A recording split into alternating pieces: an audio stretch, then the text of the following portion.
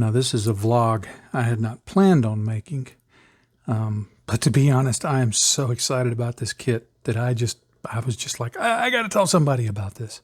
Now, if you're wondering what a Vulture gunship is,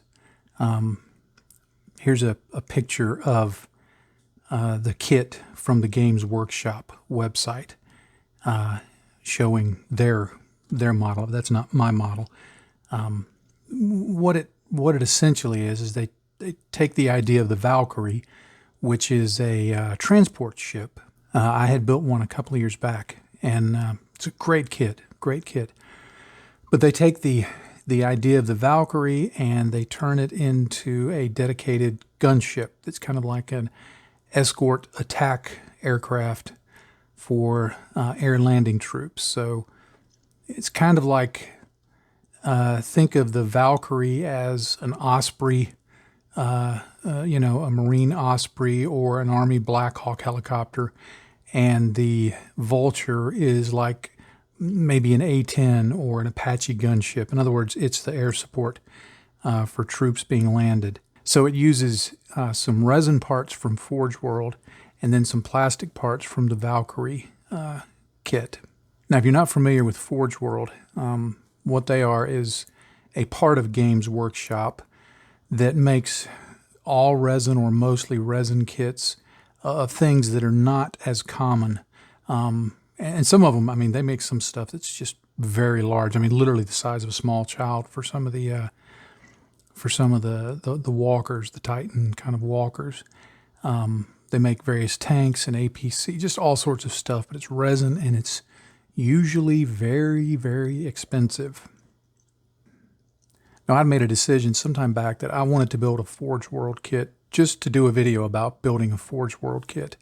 And because some of them look so cool, and I thought, well, let me pick one. So one day I just sat one Saturday afternoon, Sunday afternoon, something like that. This is a couple of years ago. And I just started going through the Forge World website and looking at different vehicles, flyers, tanks, all of that. And I narrowed it down to what I thought were like the 5 coolest designs.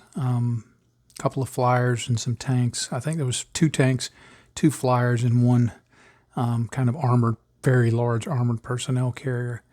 And don't ask me the names. I don't remember now as I'm sitting here.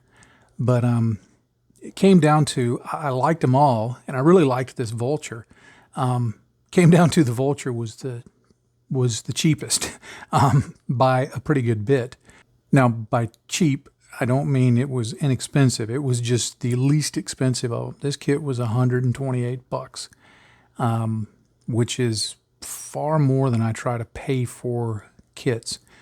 You can find a lot of Games Workshop Warhammer stuff on like eBay or something like that at a discount. But when it comes to Forge World stuff, you usually don't find it at a discount. So I had bookmarked it and been kind of in, I've got kind of a account that is my model money account. And I just siphon off, 10 here, 20 here when I can to put into that. Unfortunately, sometimes, we need like, new tires or to fix a leak in the house and have to siphon it back out. But I've been putting money aside, and I finally got to where I had enough to get this, and I thought I better go get it before something breaks. So I logged on to the Forge World website and was all ready to get it, and it said out of stock. Now, of course, I was disappointed, but it had a little button. I don't remember exactly what it said, but the meaning of it was basically, click here to notify me if this comes back in stock. And I did, and I forgot about it. Well, it's only been several weeks, if I remember right, but I got an email said, hey, it's back in stock. So I immediately went over there and ordered one, and it got here within just a few days. I mean, really fast. I thought that, it was going to be coming from the UK. Well, apparently they had them in stock here in the US, because I got it. I was expecting it, because when I ordered it, it said, it may take up to 9 days. So I was expecting it to come in sometime next week. And It got here Thursday. It's Saturday afternoon. It got here Thursday, and I was so excited when it arrived. Now, if you're looking at this and thinking, oh no, another kit he's going to show us, and does this guy ever actually build anything? I know. Here's my plan. I know I've gotten really excited about stuff lately, but here's my plan. I'm going to finish the Orky Jet before the end of June. We're going to be on vacation for the first part of July. My plan for July is to get one YouTube video out, and that will be kind of the beginner build. I don't know what accent I just went into. That will be kind of the beginner build. I've been mowing the yard all day, working out in the yard. I'm a little tired, probably a little dehydrated, so I'm drinking my tea, my favorite tea, and for some reason I'm really excited. Well, I'm just excited about this kit. But anyway, I'm going to build the Rhino in July. Probably only put out one video about it, although you'll see multiple videos. Patrons will see multiple videos. But then August, my plan right now is to do the flyer. I think I'm going to make 2 videos out of it for the public. One will be working with resin, building resin. I thought that might be hopefully helpful and useful. I've done some stuff on building resin before, but I find out, there have been things I've done multiple times on videos, and people would find it, and it would be the first time they had found it. So I'm like, well, I guess I can do things again. But I'll talk about working with resin, and then the second video will just be painting and weathering it. My thinking right now, and you know how my thinking can change, my thinking right now is that I want to paint it like I used to paint things back in my aircraft modeling days. Tamiya paints, airbrush, a lot of airbrush post-shading, post-fading, oil work, that kind of thing. Nothing special about doing that. It's just been a while since I've done it, and I thought, that'd be kind of fun to do it. And the scheme that I'm working, that I'm hoping to use is based on a P39 from World War II. That's just basically olive drab uppers and neutral gray lowers, but it's a great set of colors for weathering. And I'm thinking about doing some kind of shark's mouth on the front of it. And just really, just basically making this thing look like a World War II fighter, even though it's certainly not. So that's my thinking now. That may change because this is in the lore. This is part of the Imperial Navy of the Imperium of Man. So I'd also consider doing if you've ever seen the U.S. Navy World War II tricolor camouflage scheme where it's white on bottom, medium blue on the sides, and dark blue on the top.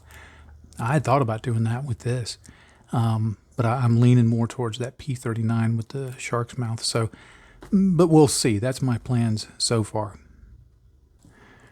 So what's in the box? They give you the stand and the flyer thing, and they give you these notches, and no place for the notches. And then you have to clip this off the other end because it won't work to put that in the model either. But I've dealt with that on every kit that I built. But that has this flying stand. But anyway, it comes with the flying stand. It's just the standard Games Workshop flying stand. Now for now, I'm going to set the resin parts aside to look just briefly at the plastic parts. And they give you some instructions on how to work with resin kits right there. I'll also look at the instructions in a minute. Now these parts that are here, this is just the sprues from the Valkyrie. So mainly what's going to go on this kit are the wings and parts of the landing gear and some of the armaments. The armaments here, going to use these rocket pods, which are pretty cool. I'm going to use these pieces of the tail boom. There may be some other ancillary parts that are going to be used. The interior parts, it's got a reasonable interior in it. Got some control panels and things like that, and two guys sitting in there. It's kind of like an Apache gunship where you've got a gunner and a pilot. I'm going to make the assumption that the pilot is the one sitting in the back, just like an Apache gunship would be. They also have aircrew for the Valkyrie that stand there, but I won't be using those. And going to be using from this kit framing for the canopy. I may see if I can stuff a few other parts on there, but most of this will just go into the bits box. Now the main part of the kit is this resin. It's the piece with where the crew area projects out from the front of this, and then the tail pieces go back from here, and the wings hang off of here. And this is kind of the engine area. It's one big solid chunk of resin. I've built a lot of resin kits. Everything from just using resin add-ons for airplane kits to building just entire kits, short-run kits that are nothing but resin with maybe a few white metal parts for landing gear and stuff like that. So I've had to have built well over 50 resin kits in the time that I've been building aircraft and models in general. Now, I had heard bad things about Forge World resin. I had heard it being the butt of jokes, and people getting parts that were warped, and I know they're not making it up, because I mean, people have shown it. I remember when Squidmar was doing that big giant resin towel thing that he had. There was like this giant wing that, I mean, was almost seems like it was as big as this pad down here. It was warped. So I'm sure that the reputation is not undeserved in terms of warpage and less than stellar quality. I've been reasonably happy with how this looks. I will say that based on the reputation, I've been much happier with what I got than I thought I would be. I was expecting the worst, but trust me, I've built some resin kits that honestly, it was like they gave you blobs of resin, and then you had to grind away resin until you just got the shape you were going for.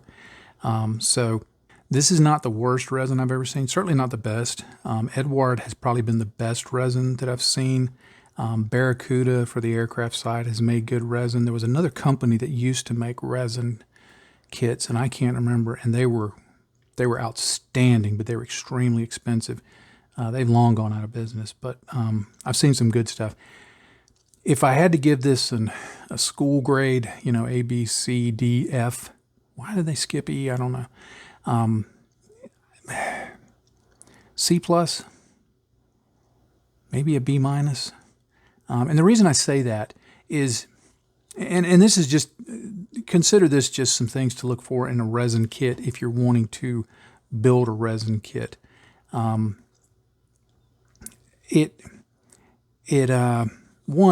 the pour plug.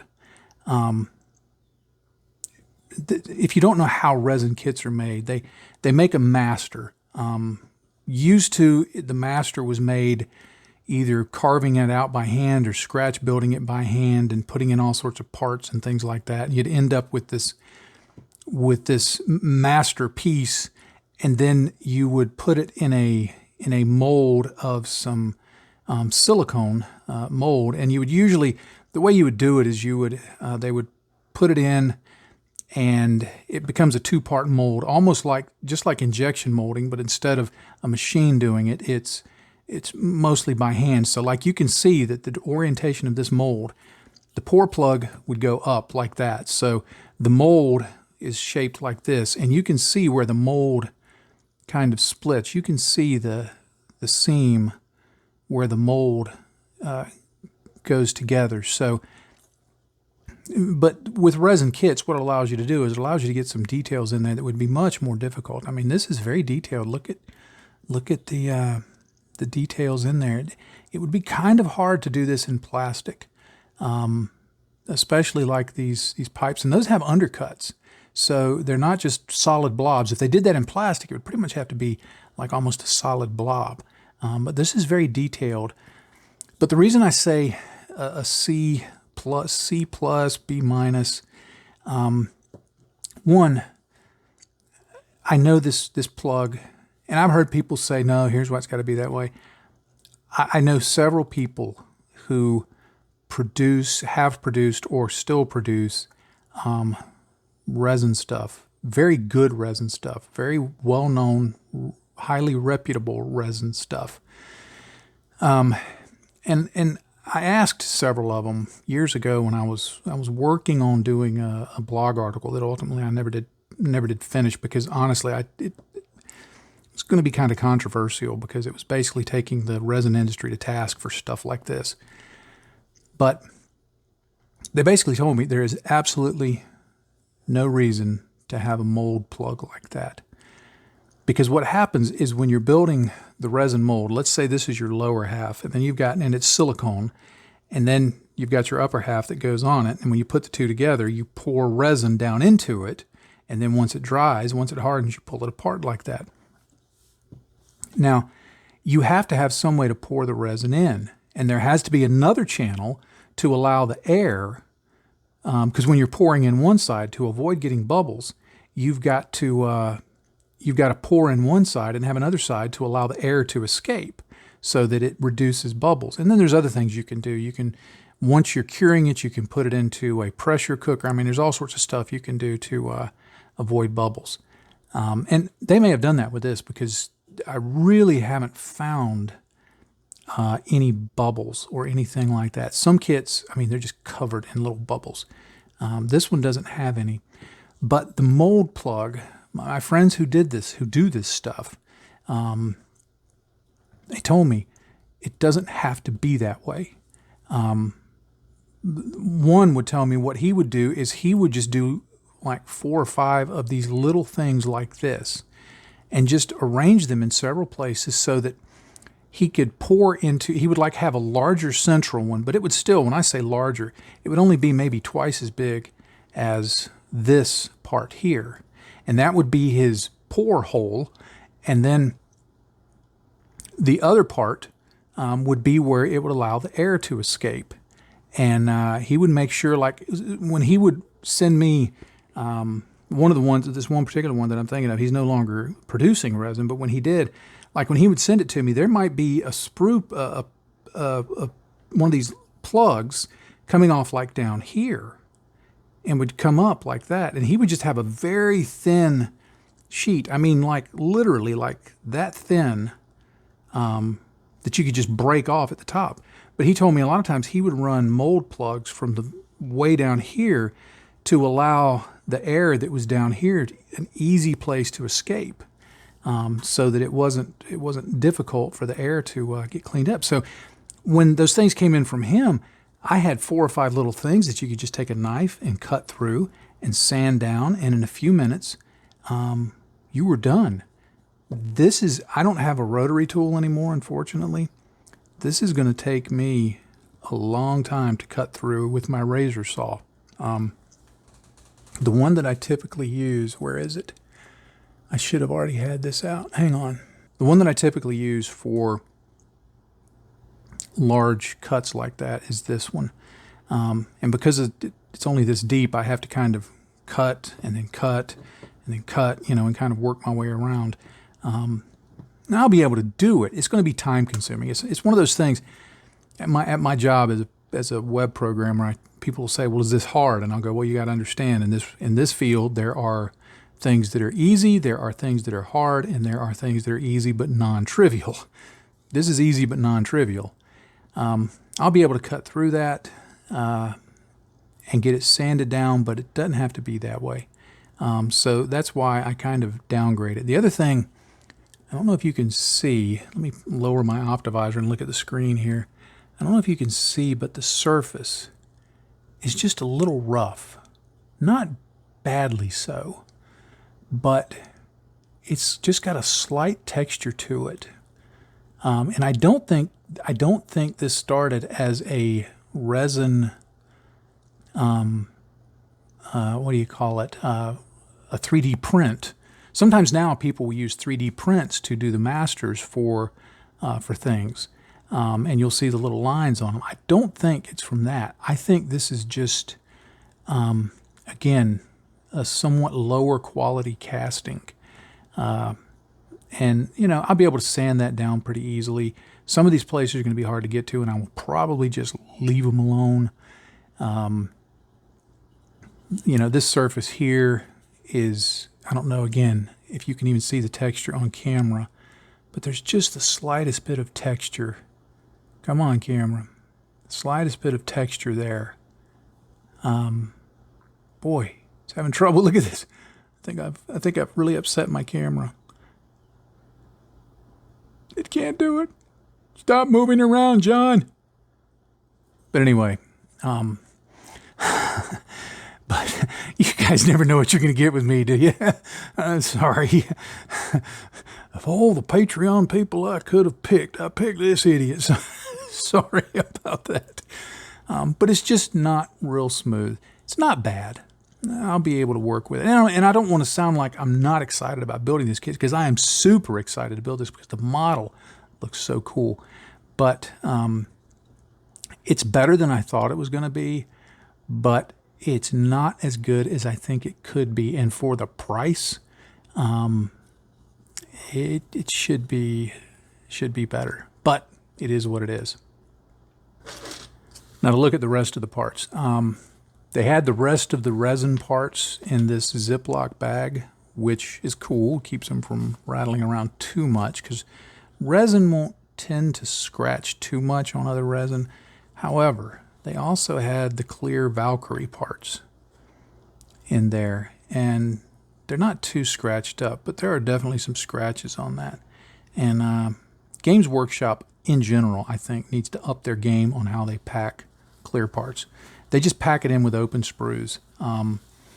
Aircraft builders would just obliterate them over that, because there's just no need for it. Wrap it up in a paper towel, something. So that's why I did that. But it's got the clear parts from the Valkyrie. And then the rest of this, like here, it's a different front end than the Valkyrie. It's roughly the same proportions, because the same cockpit parts will fit in there. But the difference is it has this place up front for this really cool gun. So that's why it kind of reminds me of it actually reminds me more of a Vietnam era Cobra, when they used to have those chin turrets like that. But it's pretty cool, and got the feed chute and all of that. The barrel's already drilled out, although I'll drill out those little side vents there. That's going to be cool. It gives this little plug that you stick in the bottom here, and obviously they didn't plan for the hole. You see how big that thing is and how big the hole is. I'll probably just snip it off and glue it on. Now what's neat is this part doubles as, you have to read the instructions, it doubles as a spacer, so that when you put these are the mounts. The Valkyrie kit comes with mounts for underwing stores. And this kit comes with additional mounts for additional stores. And this is what you use as the spacer between the mount that's molded into the plastic parts and getting this one on there. As I understand it, right? This is, when I was looking at the instructions, this is the mount, unless I'm getting it confused with another part. That's the mount that you use for, or the spacer that you use to get the spacing right for mounting. Then there's these parts that go on the back of the booms to allow you to put on these additional tail pieces. Now the tail pieces, and I'll use this part of the instructions, the tail pieces point down like that. But in looking at it, I think that you can put them on just as easily to point up. I may have to, I think they've got it handed to try and keep you from doing that, but I'm looking at that going, I think it would look much cooler if it were pointed, if it were flipped the other way and kind of pointed up and out. So I may end up doing that. And I know I'll get a ton of comments in the video.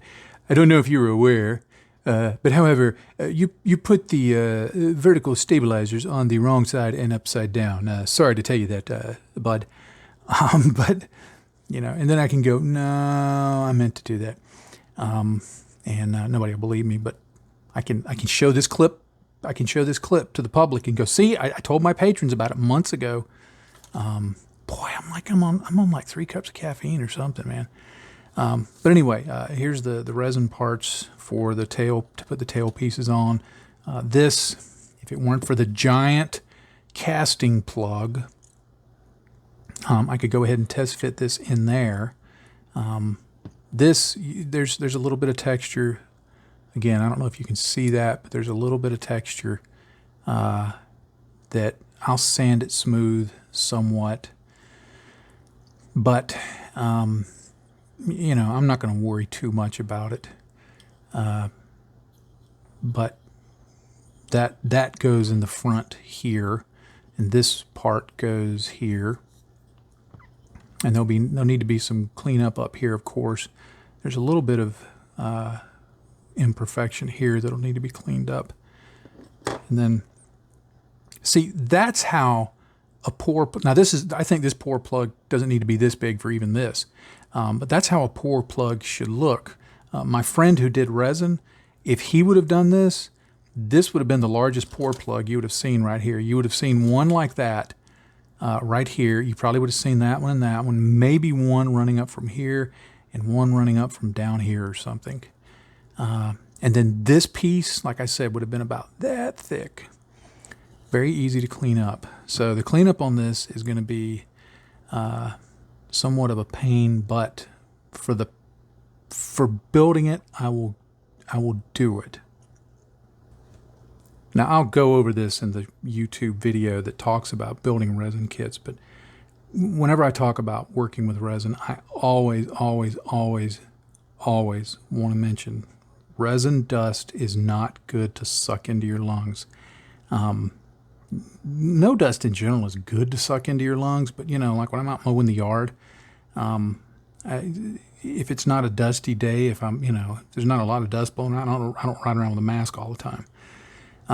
If I'm doing some quick sanding on something and I just dip my sanding stick in water and it's plastic, I don't go and get the respirator. When I work with resin, I'm going to be wearing the respirator every time, even though I'm going to be doing wet sanding. Sometimes if I'm sanding with a file, I'll actually stand at the sink and hold the part and sand with the file right under the running water, just to get that stuff out of there. But resin dust is nothing to play around with. Another thing to keep in mind if you've never worked with resin, the temptation is, because you do this with a plastic kit, would be to get out your nippers and to cut with your nippers right here. I would highly advise against that. The reason being is this stuff is much more brittle, and I almost bent it like, hey, look, it's brittle, let me break it. Anyway, I don't recommend using nippers to cut this stuff, but rather getting a razor saw like the one that I showed you, or here, I'm going to lean in. I've got another one that I would use, like this is what I would use here. And I rarely cut it right at that point. Now, once you get it cut off, you can use your nippers to lightly, you know, cut away little bits and pieces.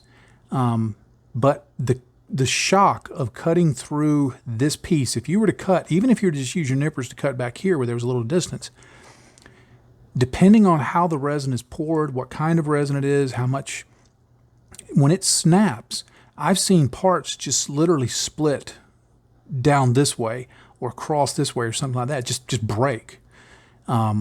So if you do it, you're doing it, you know, with taking your chances. So I recommend cutting off everything with some kind of razor saw, or like I said, if you have a rotary saw can get through these first cuts really quick. And look at the parts really good, because not only are there like parts here, but there's like that you got to get rid of. And then you got to look along the edge to see if there's any essentially mold seam lines that you want to get rid of. Like there's a little imperfection there. Sometimes with little parts like this, see right there on that edge, there's kind of an imperfection. You have to go through and use your knife to just kind of gently carve things away to get them even. This is it just, I'm looking at this and I'm going, this just moved from a B- to a C+ in my mind, because for that price, I'm looking at it as I'm going through just talking about this. There's more cleanup than you'd want to do for a $128 kit. This is by far not the worst resin kit I've ever seen. I've seen much worse than this, but it's, again, for the price, yeah, you'd expect a little more, but you've got to be careful with the cleanup, because resin is much more brittle and can snap much easier. So go gently. The X-Acto knife, a number 11 blade, can actually be really good because this carves fairly easy.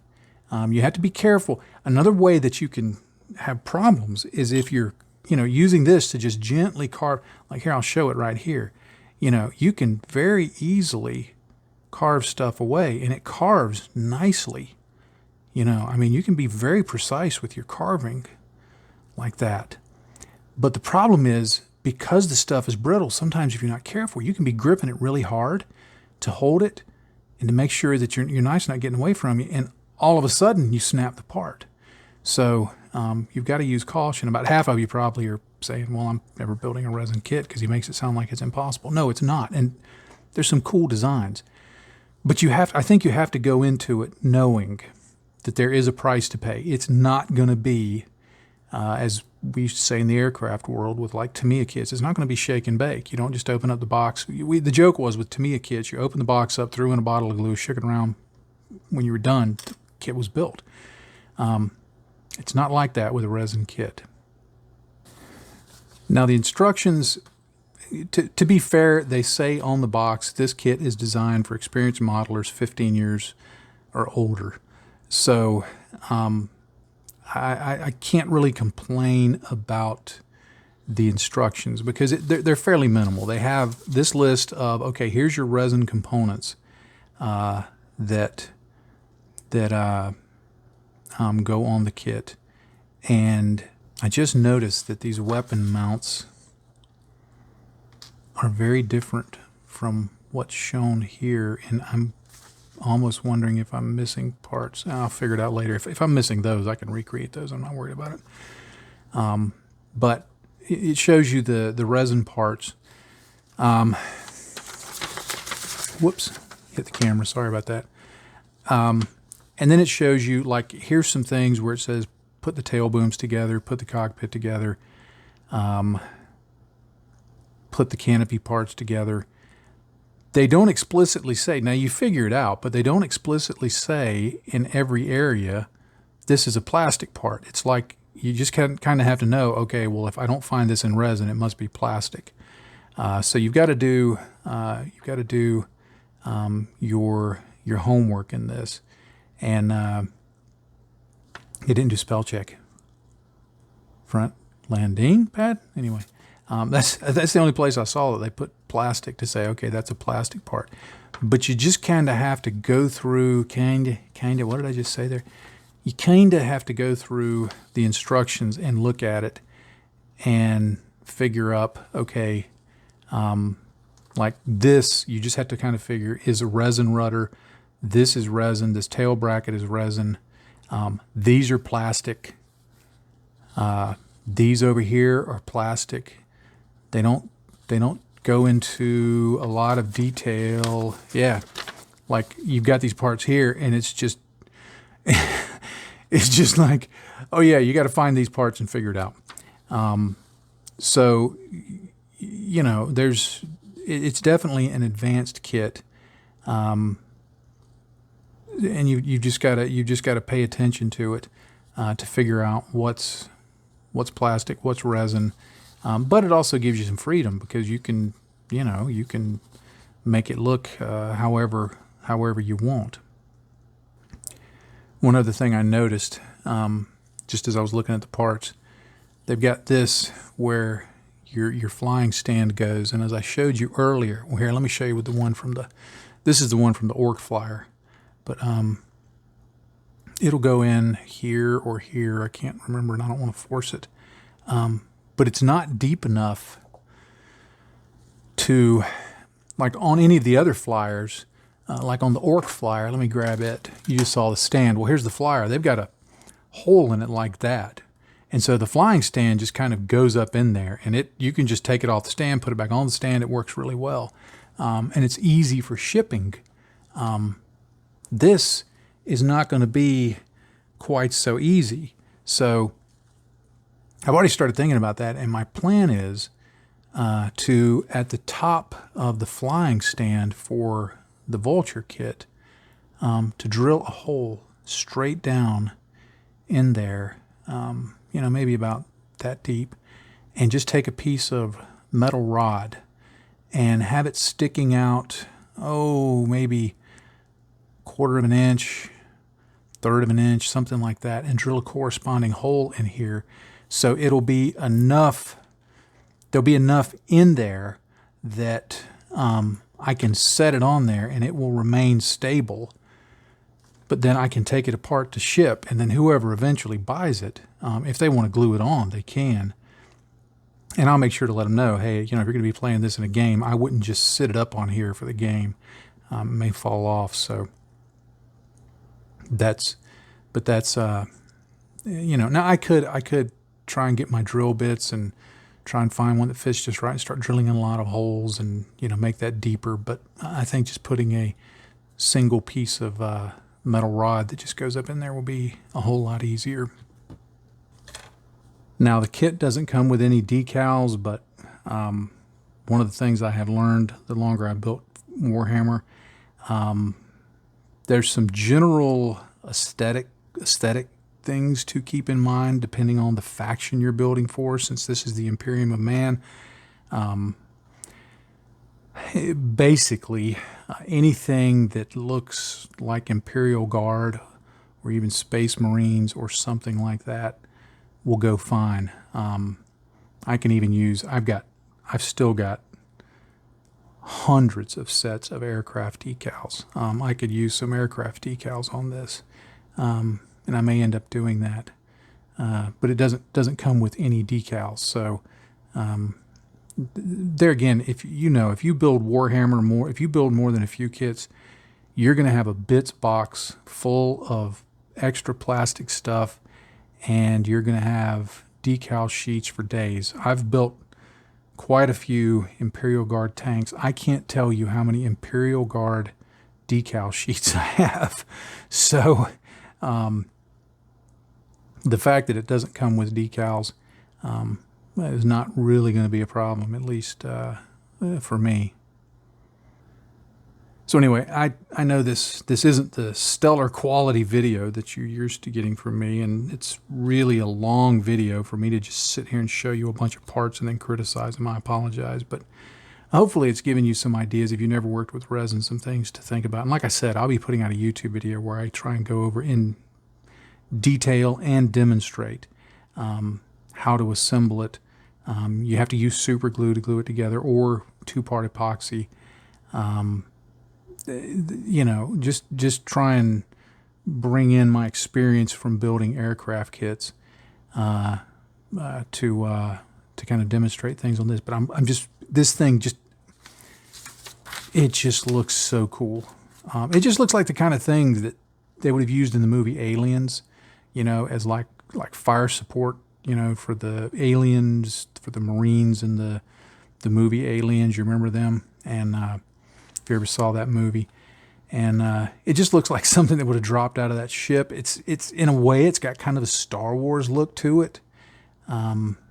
You could almost see it kind of coming from that universe. Not that Games Workshop would ever use anything from another franchise, but but the first time I showed my wife one of the little walkers from the one that I just did recently from the Cadian box set, the little walker. I'm not remembering its name now, but the little walker, I showed it to her and she goes, "Oh, is that the one from Empire Strikes Back?"